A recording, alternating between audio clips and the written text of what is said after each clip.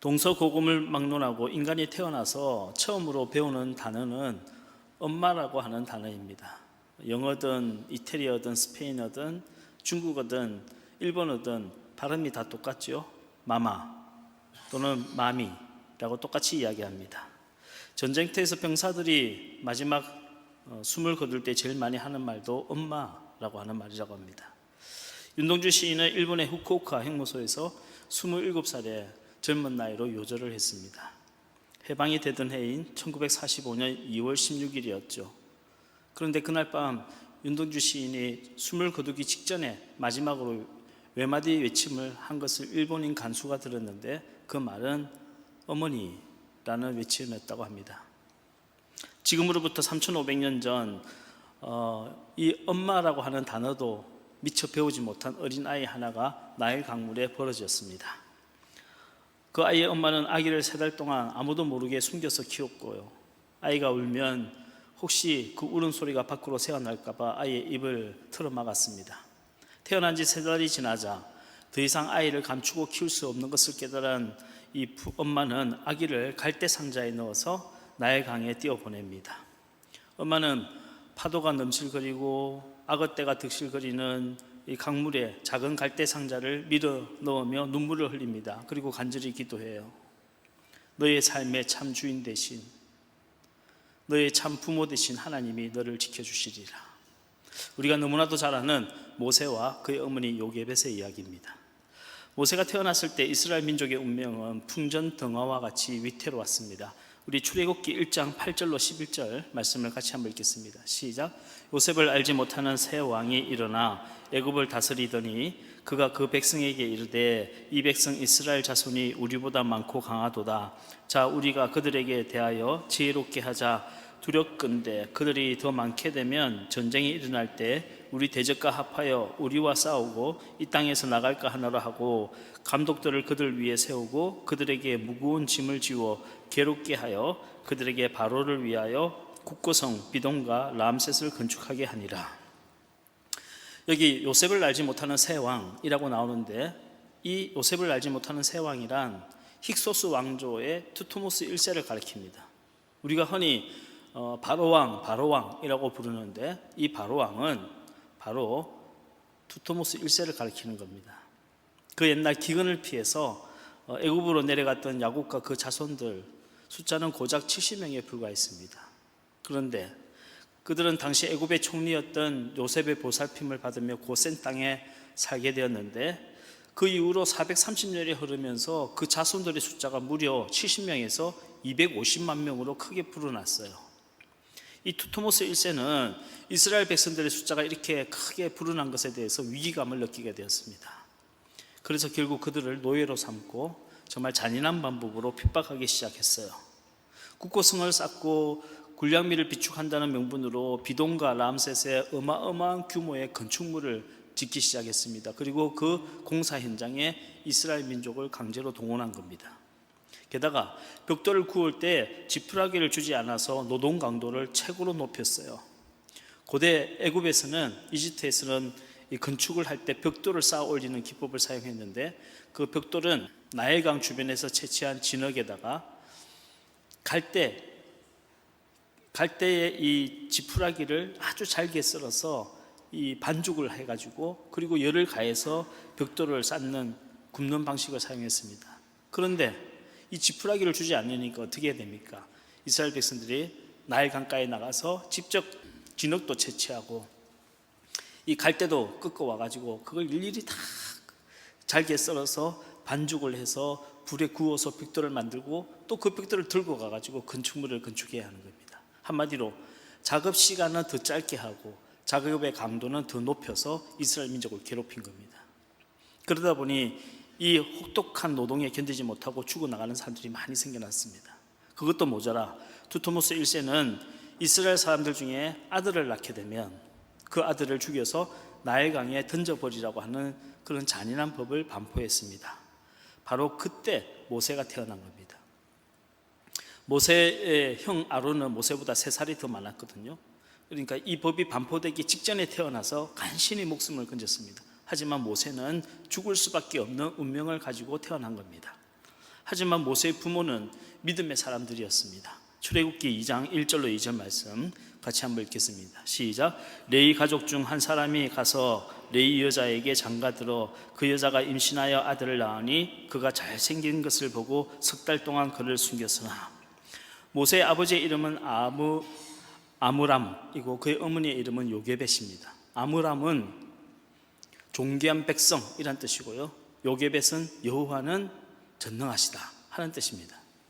그들은 비록 노예 신분이었지만 하나님의 백성답게 살아보려고, 믿음으로 살아보려고 애를 쓴 사람들이었어요. 하지만 그 당시에 이스라엘 백성들은 대부분이 오랜 애굽 생활로 말미암아 하나님에 대한 신앙은 이미 다 잃어버렸고 애굽의 종교와 문화에 완전히 동화된 채로 살아가고 있었습니다. 그것을 알 수 있는 것이 이 이스라엘 백성들이 출애굽한 다음에 이제 호렙산 시내 반도에 도착했을 때 금송아지 우상을 숭배한 사건을 보면 알 수가 있어요. 모세가 율법을 받으러 시내산에 올라갔는데 40일 동안 강간무소식이자 이스라엘 백성들이 불안한 마음이 들었어요. 그래서 우리를 애굽에서 이끌어낸 우리의 여호와 하나님을 만들자 하고 만든 것이 무엇이었습니까? 송아지였어요. 황금 송아지를 만들어 놓고 그 앞에 제사를 드리고 막 술을 마시고 춤을 추고 음행을 하면서 뛰어놀았어요. 그 금송아지가 뭐냐? 애굽에 있는 여러 신들 중에 대중들에게 가장 많이 알려져 있던 아피스라고 하는 우상이었습니다. 이 아피스는 다산과 풍요를 주는 신이었어요. 고대 메소포타미아에 바알이 있었던 것처럼 이 이집트에는 아피스가 있었던 겁니다. 이스라엘 백성들은 자신을 애굽의 압제에서 건져낸 여호와 하나님이 이 송아지라고 생각할 정도로, 아피스라고 생각할 정도로 하나님에 대해서 완전히 무지한 백성들이었어요. 하지만 모세의 부모는 달랐습니다. 그들은 끈질기게 하나님에 대한 신앙을 묻고 기도하고 말씀을 기억하면서 이 애굽의 문화와 종교에 물들지 않으려고 애를 썼던 사람들이었어요. 이제 미국에 이민 생활하는 분들을 가만히 들여다보면 처음에 미국에 갔을 때 처음부터 미국에 뼈를 묻을 각오를 하고 간 분들은 거의 없습니다. 대부분이 공부를 끝나거나 아니면 경제적인 기반을 좀 마련하거나 자식들이 대학에 갈 때까지만 미국 생활을 해야지 하고 생각하고 미국을 갔던 분들이에요. 하지만 그곳에 있으면서 여차저차 하다 보니 5년이 10년이 되고 10년이 15년이 되고 15년이 50년이 되어서 그냥 미국에 눌러앉게 된 사람들이 대부분입니다. 그러다 보니 문제는 뭐냐면 그 미국에서 태어난 2세들이에요. 이 2세들은 한국말도 잘 못해요. 대한민국이라고 하는 정체성도 전혀 없어요. 그야말로 이건 미국산도 아니고 한국산도 아니고 완전히 태평양산인 거야. 그래서 부모들 중에는 길을 쓰고 아이들에게 한국말을 억지로 가르치고 한국 역사를 가르쳐주고 코리안 처치, 한국 교회를 보내고 학교에서는 영어를 쓰더라도 집에 들어오면 무조건 한국말을 쓰도록 그렇게 하는 지독한 부모도 있습니다. 모세가 태어났을 때 모든 환경이 그와 비슷했어요.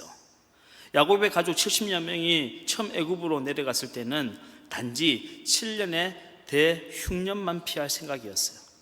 하지만 시간이 지나면서 점차적으로 애굽의 생활에 적응하고 특별히 총리였던 요셉의 도움을 받으면서 이제 먹고 살만해지니까 여차저차해서 7년이 17년이 되고 17년이 70년이 되고 그 70년이 무려 430년이 흘러가게 된 겁니다.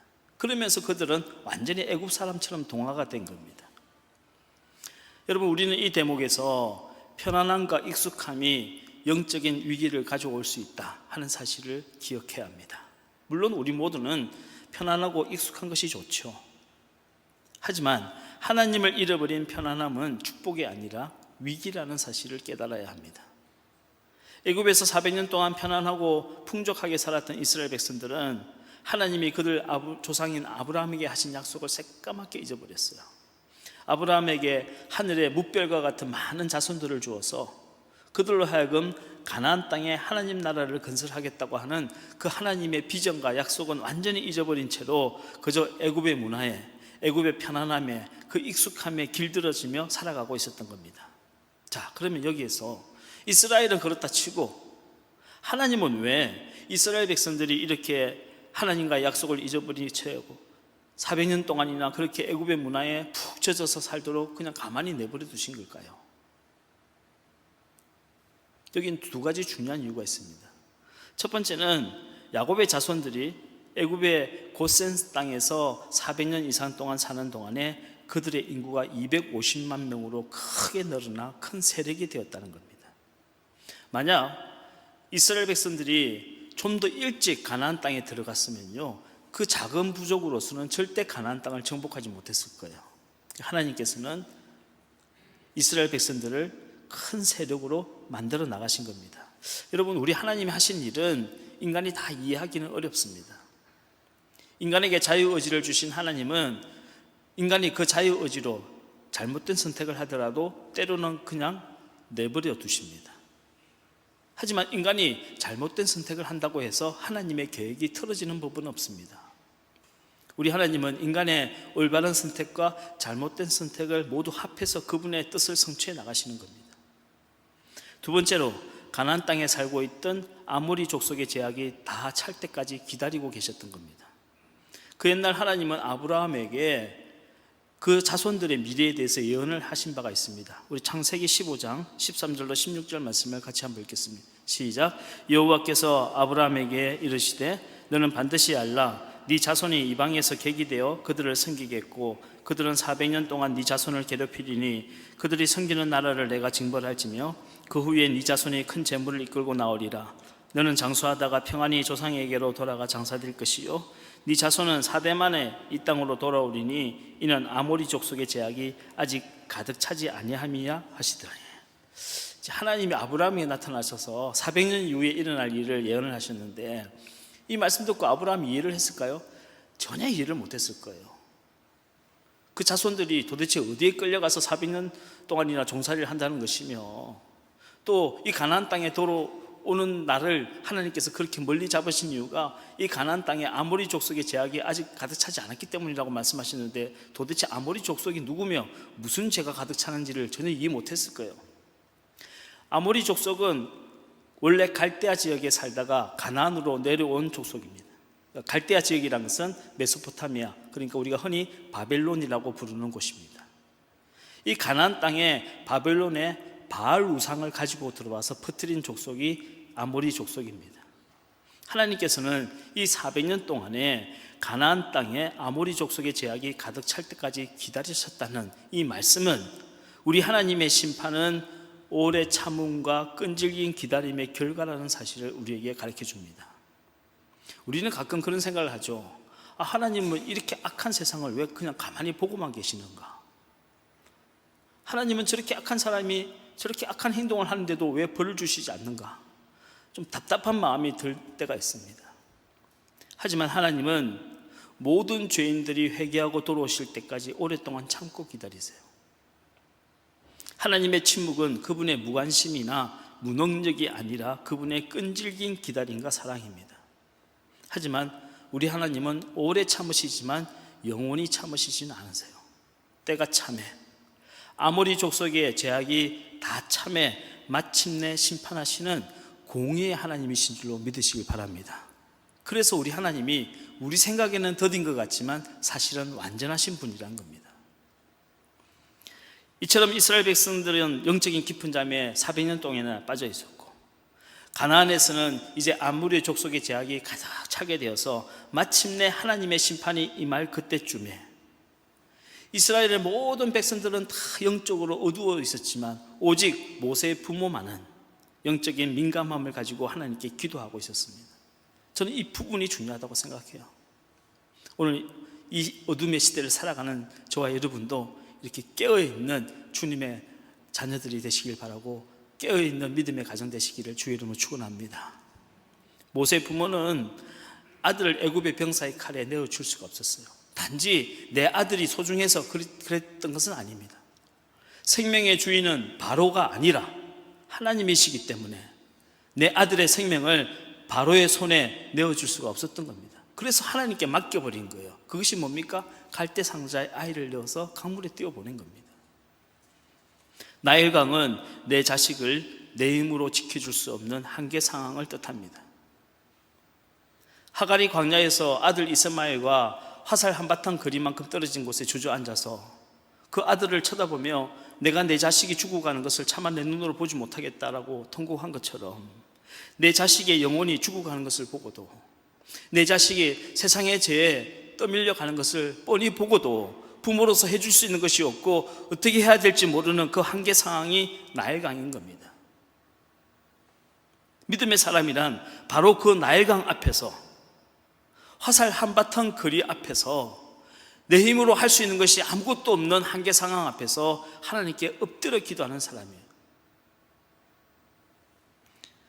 우리가 부르는 요게벳의 노래라는 찬양이 있죠. 이 노래를 작곡한 분은 염평안이라고 하는 분인데요, 이분이 1.5kg도 안 되는 미수가 여자아이를 낳았어요. 그런데 태어나자마자 뇌출혈이 일어나서 중환자실 인큐베이터에 입원을 하게 되었고, 폐가 아직 자라지 못해서 무호흡증에 시달렸습니다. 그렇게 중환자실에 인큐베이터 속에서 40일 동안 생사를 오고 가는 딸을 바라보면서 정말 부모로서 할 수 있는 일이 하나도 없더라는 거예요. 부모가 이 아이를 위해서 해줄 수 있는 일이 1도 없더라는 걸 깨닫게 된 겁니다. 부모는 아이의 진짜 보호자가 될 수가 없구나 하는 것을 뼈저리게 느낀 겁니다. 그때 심정으로 이 요게벳의 노래라는 곡을 쓰게 되었습니다. 어린 아들 모세를 갈대 상자에 넣어서 나일강에 떠나보내는 그 엄마 요게벳의 심정이 어땠을까 하는 그런 마음으로 이 곡을 쓰게 된 겁니다. 이 노래의 가사가 이렇지요. 작은 갈대 상자 물이 새지 않도록 역청과 나무진을 칠하네. 어떤 마음이었을까. 그녀의 두 눈엔 눈물이 흐르고 흘러 동그란 눈으로 엄마를 보고 있는 아이와 입을 맞추고 상자를 덮고 강가에 띄우며 간절히 기도했겠지. 너의 삶의 참 주인, 너의 참 부모이신 하나님 그 손에 너의 삶을 맡긴다. 너의 삶의 참 주인, 너를 이끄시는 주 하나님 그 손에 너의 삶을 드린다. 여러분은 이렇게 여러분의 힘으로 도무지 할 수 없는 한계 상황 앞에서 요게벳과 같이 눈물로 기도해 보신 적이 있으십니까? 여러분의 자녀의 삶의 참 주인이신 하나님께 여러분의 자녀의 삶을 맡기고 기도해 보신 적이 있으십니까? 갈대 상자는 히브리어로 하테바라고 합니다. 그런데 이 하테바라고 하는 단어가 성경에 또 한 구절 나옵니다. 창세기 7장이죠. 노아의 방주를 하테바라고 기록하고 있습니다. 죽음의 강물로부터 내 자녀를 건져낼 갈대 상자, 이 세상의 죄악으로부터 우리 가정을 지켜낼 구원의 방주, 이 하테바는 교회를 상징합니다. 하테바, 갈대 상자의 재료는 파피루스라고 불리는 갈대 잎이었어요.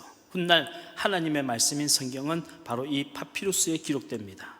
교회는 하나님의 말씀으로 지어진 말씀의 집인 줄로 믿으시길 바랍니다. 교회는 사람들이 많다고 지을 수 있는 곳이 아니에요. 교회는 돈만 있다고 지을 수 있는 곳이 아닙니다. 교회는 생명을 살리는 복음의 말씀으로 지어진 곳입니다. 갈대란 나약함을 상징합니다.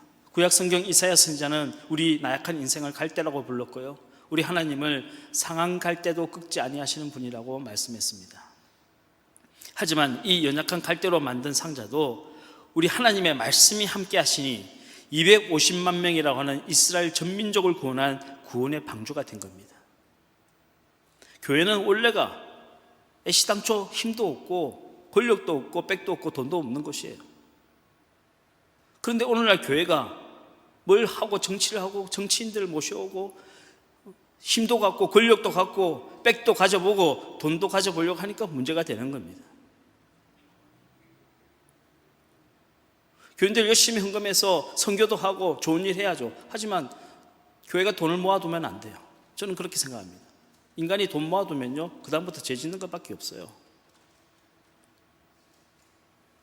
하지만 하나님의 말씀이 그 교회와 함께하면 하나님의 말씀인 파피루스로 단단히 엮어나가고 성령의 기름인 역청으로 바르고 또 바르면 이 세상의 죽음의 강물이 이 교회를 절대로 넘보지 못할 줄로 믿습니다.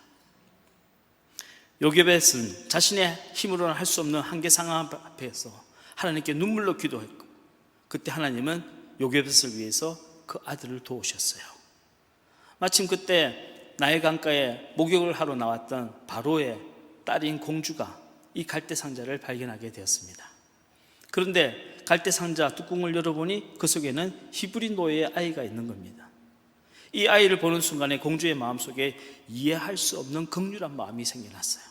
우리 출애굽기 2장 6절 말씀을 읽겠습니다. 시작. 열고 그 아기를 보니 아기가 우는지라 그가 그를 불쌍히 여겨 이르되 이는 히브리 사람의 아기로다. 여기 불쌍히 여겨라고 하는 말은 히브리어로 하말이라고 하고요, 헬라어로는 엘레오스라고 하는데 이 단어의 뜻은 원래 엄마의 자궁이란 뜻이에요.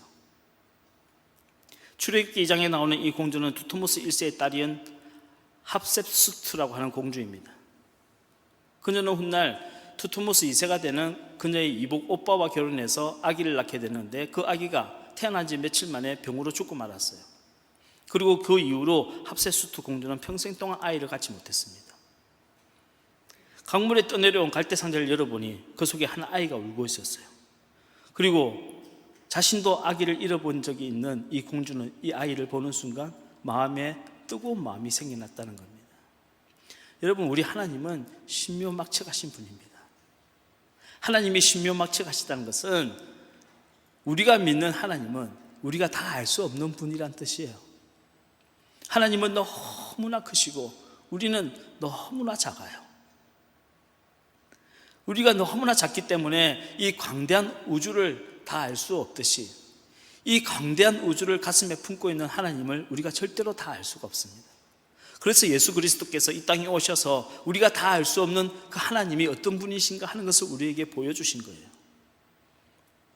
인간의 못된 버릇 중에 하나가 내가 다 알아야 한다는 그런 고집입니다.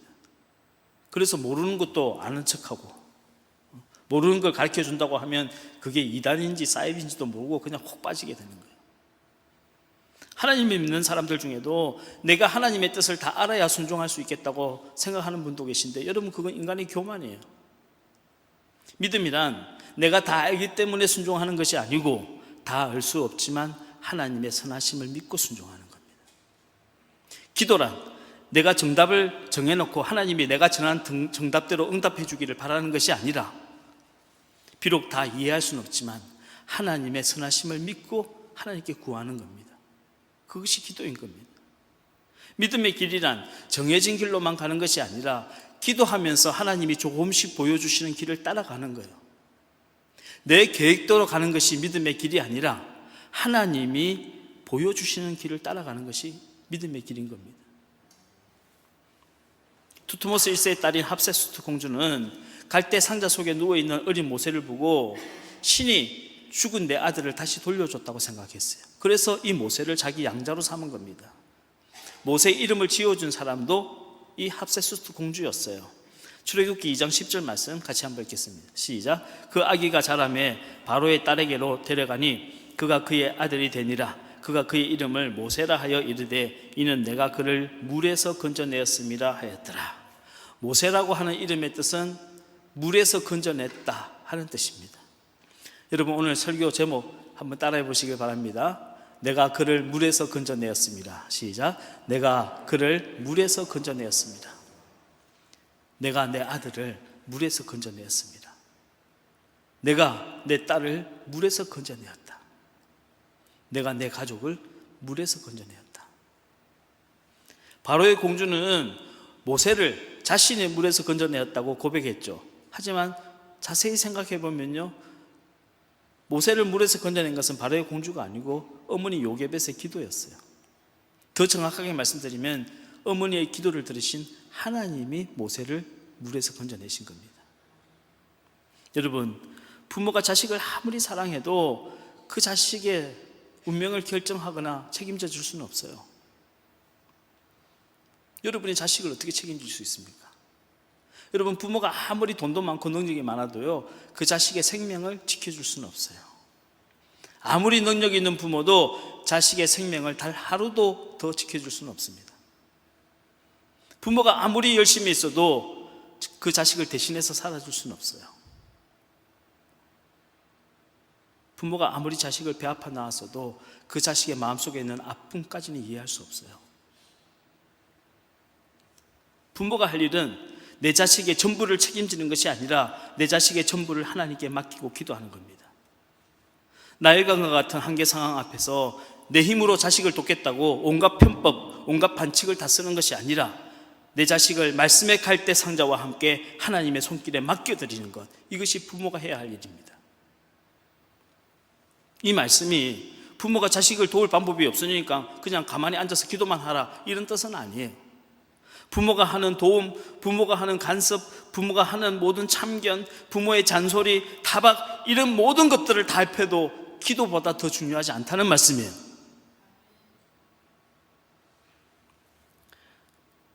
제가 부산에서 고등학교를 졸업하고 서울에 있는 대학에 올라오게 되었는데, 그때 마침 저희 집안의 어려운 일 때문에 저희 아버님은 아프리카의 나이지리아에 돈 벌러 나갔어요. 그리고 저희 형님, 누님 이어서 막내인 저까지 서울에 올라오게 되니까 저희 어머니는 시골에서 혼자 집에 남아 계셨던 겁니다.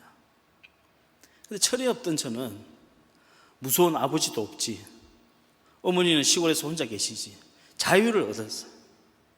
그 고삐 풀린 망아지처럼 천방지축으로 돌아다녔어요. 그런데도 저희 어머니는 저에게 단 한 번도 잔소리를 하거나 나무라신 적이 없어요.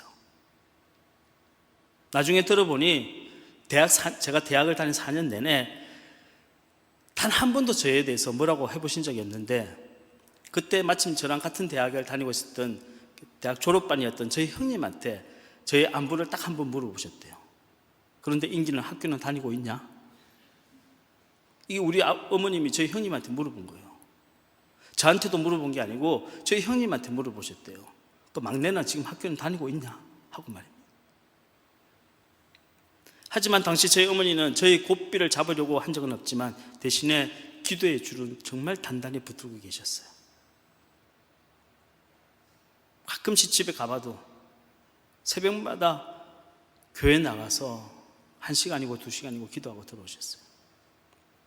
이게 막내 아들이 학교를 다니고 있는지 어디를 싸돌아 다니고 있는지 알지 못하는 그 막내 아들을 위해서 어머니는 새벽마다 요괴백과 같이 엎드려서 기도한 겁니다. 그 어머니의 기도가 저를 죽음의 강에서 건져낸 겁니다. 1994년 겨울이었어요. 부산 태종절 앞바다에서 저는 완전히 넋이 나간 사람처럼 울고 서 있었어요. 그런데 그때 제가 난생 처음으로 하나님의 음성을 들었습니다. 너는 피투성이라도 살아있으라 하는 말씀이었어요. 사실 그는 그때 그 말씀이 성경 말씀인지도 몰랐어요. 에스겔서에 나오는 그런 말씀이란 건 꿈에도 몰랐어요. 그런데 너무나도 생생하게 그 음성이 저한테 들렸어요.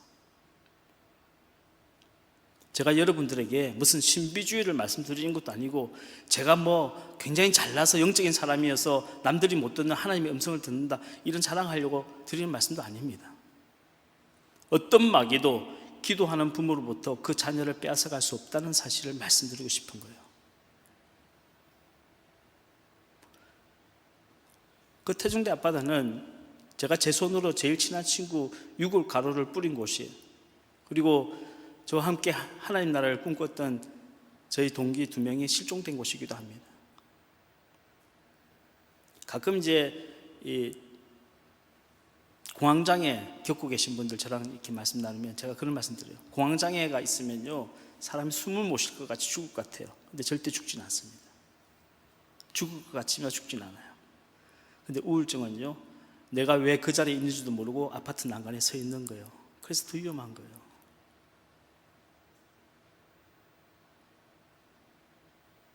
사람의 희노애락, 편안함과 분노, 모든 감정이 같이 공존해야 되는데 우울이란 감정이 모든 감정을 지배하게 되면 사람은 그렇게 되는 거예요. 좋은 음식을 먹어도 슬프고 웃긴 영화를 봐도 슬프고, 그렇게 되면 사람은요, 내가 왜 그 자리에 있는지도 모르고 그 자리에 서 있게 되는 거예요. 그렇게 위험한 겁니다.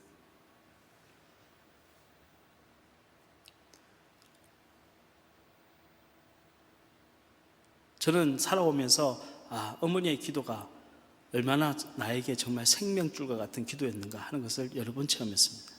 지난주에 우리 교회 장로님들과 함께 수련회를 다녀왔는데요, 제가 참 감사했던 건 우리 연로하신 장로님들이 당신들의 그 건강 문제나 또는 그 불안한 노후 문제 같은 것도 다 고민이 많으실 텐데 제일 고민거리가 뭐냐고 여쭤봤더니요, 당신들이 아니에요.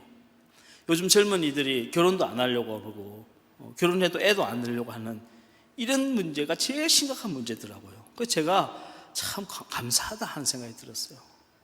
우리 애들이 결혼도 못하고 막 결혼해도 애도 못 낳고 안 낳고 이런 게 너무너무 가슴 아프다는 거예요. 근데 한편으로 저는 그러고 있는 청년들의 마음은 오죽할까 이런 안타까운 마음이 좀 드는 겁니다. 뭐 여러분들은 잘 모르시겠지만 그 중식이 밴드라고 그 가수가 있어요. 이 밴드가 예전에 불렀던 노래 중에 아기를 낳고 싶다니 라는 제목의 노래가 있길래 이 도대체 무슨 이런 노래가 다 있나 해서 들어봤더니 가사가 너무 마음에 와닿는 거예요. 그 가사가 이래요. 아기를 낳고 싶다니 그 무슨 말이 그러니 너 요즘 추세 모르니 헤어지잔 말이 아니야 나 지금 네가 무서워 너 지금 우리 상황 모르니 난 재주도 없고 재수도 없어 집안도 가난하지 머리도 멍청하지 이제 이런 가사예요. 이 노래가 비트도 강하고 위트도 있고 뭐 풍자도 있고 그런 노래이기 때문에 재밌어야 되는데 제가 이 노래를 듣는 도중에 난 재주도 없고 재수도 없어 이 가사를 듣는데 눈물이 났어요.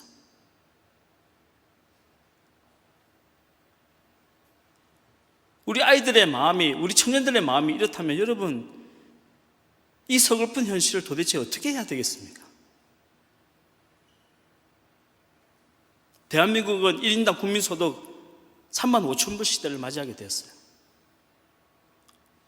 하지만 이 땅의 청년들은 우리 아이들은 헬조선, 헬코리아 하면서 대한민국에 사는 게 너무 힘들다고 그래요.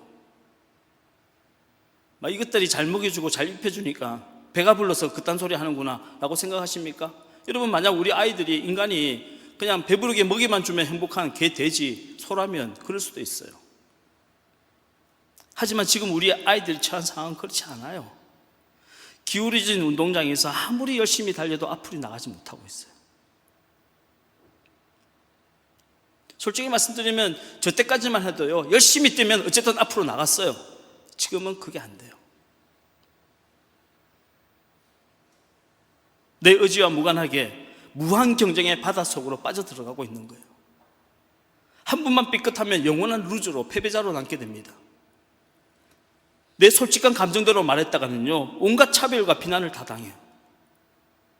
사랑과 우정보다는 출세와 성공이 더 중요하고 생명의 가치보다는 돈이 더 중요한 세상 속에서 지금 우리 아이들은 출렁이는 나일 강물 속에서 흔들리는 갈대 상자와 같이 지금 흔들리고 있는 겁니다.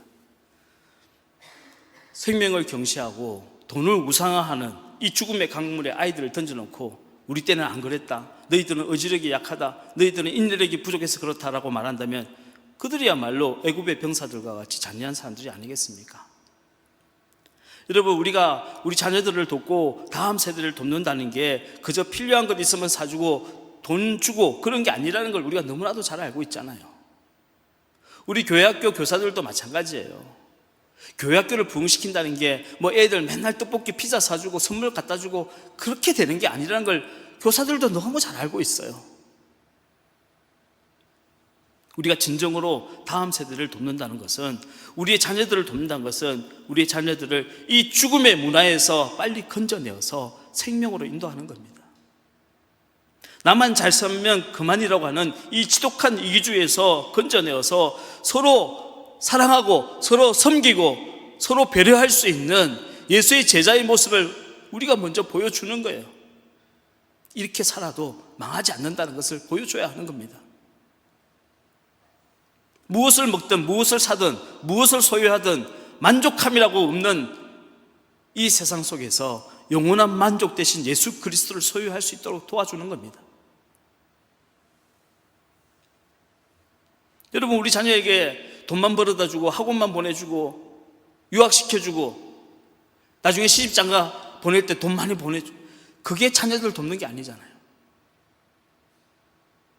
우리 아이들의 영혼이 서서히 빠져들어가고 있는 이 세상의 제약된 문화에서 우리 자녀들을 복음으로 인도해 주는 것이 그것을 위해서 기도하는 것이 저와 여러분의 사명인 줄로 믿습니다.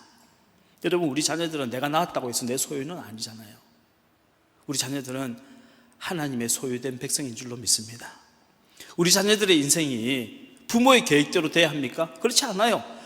우리 자녀들은 나를 위해서 살고 내 기쁨을 위해서 사는 존재가 아니라 하나님께 영광을 돌리기 위해서 사는 존재인 줄로 믿으시기 바랍니다.